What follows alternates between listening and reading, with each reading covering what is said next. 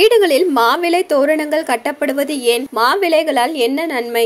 வீடுகளில் மாவிலை தோரணங்கள் கட்டப்படுவது ஏன் தெரியுமா? மாமரத்தில் இருந்து பறிக்கப்படும் மாவிலைகளால் வீட்டிற்கு எந்த மாதிரியான நன்மைகள் கிடைக்கும்? சுப காரியங்களின் போது வீட்டு வாசலில் மலரால் ஆன தோரணத்தை கட்டுவது நம் வழக்கம். சில சமயங்களில் இலைகளை கொண்டும் தோரணம் அமைப்பது உண்டு. குறிப்பாக மாவிலையில் தோரணம் கட்டுவது நம் கலாச்சாரத்தில் முக்கியமானதாக கருதப்படுகிறது. வேப்ப மரம், அரச மரம் ஆகியவற்றிற்கும் ஆன்மீகத்திற்கும் நிறைய தொடர்புகள் இருந்தாலும் கூட முக்கிய தினங்களில் வீட்டின் வாயிலில் மாமரத்தின் இலைகளை தோரணமாக கட்டுகிறோம். வேப்ப மரம், அரசமர இலைகளை வீட்டு வாசலில் கட்டாமல் மாமர இலைகளை மட்டும் ஏன் கட்டுகிறார்கள்? அதன் காரணம் என்னவென்று தெரியுமா? பொதுவாக வீட்டில் நடக்கும் எந்த விழாவாக இருந்தாலும் சரி, கோவில்களில் நடக்கும் எந்த திருவிழாக்களாக இருந்தாலும் சரி, சில பொருட்கள் மிக முக்கியமான ஒன்று.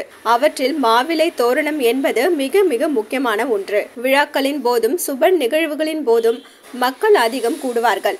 கும்பல் பெருகும் இடங்களில் ஏற்படுகின்ற அசுத்தங்களினால் காற்று மாசடைகிறது, தூய்மை கெடுகிறது, சுற்றுப்புற சூழல் பாதிப்படைகிறது.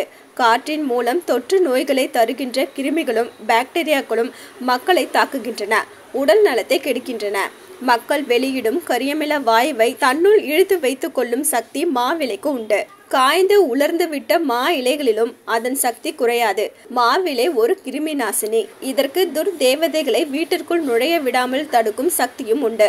மேலும் மாவிலை அழுகுவது கிடையாது. மாவிலை முறையாக காய்ந்து உலரும். அதுபோல் வாழ்க்கையும் கெட்டு போகாமல் நீண்ட காலம் நடைபெற்று முற்று பெற வேண்டும் என்ற நம்பிக்கையுடன் மங்களம் பெருக மாவிலை தோரணம் கட்டுகிறோம். மேலும் மாவிலை தோரணம் லக்ஷ்மி கடாட்சத்தையும் மங்களத்தையும் குறிப்பதாகும். கோவில், பெரிய வீடுகளின் நிலைக்கதவில் கஜலட்சுமியை சிற்பமாக வடித்து வைத்திருப்பார். சுப விஷயம் வீட்டில் நடக்கும் போது நிலைக்கதவில் இருக்கும் திருமகளை போற்றும் விதத்தில் மாவிலை தோரணம் கட்டுகிறோம். வீட்டின் சுபகாரியம் என்று இல்லாமல் மற்ற நாட்கள் மற்றும் நம்மால் முடிந்த அனைத்து நாட்களிலும் இந்த தோரணங்களை கட்டுவது வீட்டிற்கு நல்ல ஆசீர்வாதங்களை பெற்றுத்தரும் என்பது நம்பிக்கை.